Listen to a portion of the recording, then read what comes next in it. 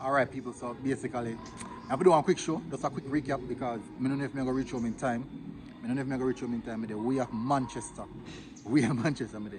But we just watch the games. We kind of thief and watch the game. So Stats to play Excelsior. Honestly, I thought it would have been a closer game than that. And I have to say, Stats look really, really good in that game. They dominated Excelsior. And Excelsior is actually a good team. They have a very, very strong team. They dominated Excelsior.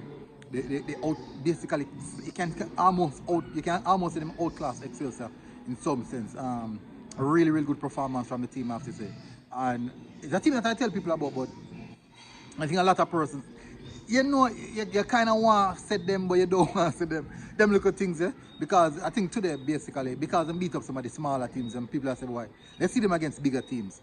And I do think Excelsior was basically a game where they're able to show their hand, but it was a very, very good performance from Stat. Really, really good performance. And I really hope to see them keep up like this and go, when them go up against the bigger teams, this is what I want to see.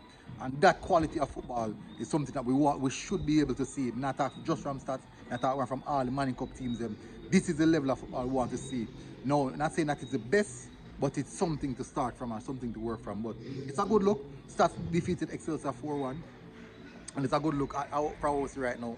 And that's what's in the planning for them. As I said, I don't know if I'm reaching in time, so that's why I did this quick reaction video. Big up on yourself, people. Tell us what you think.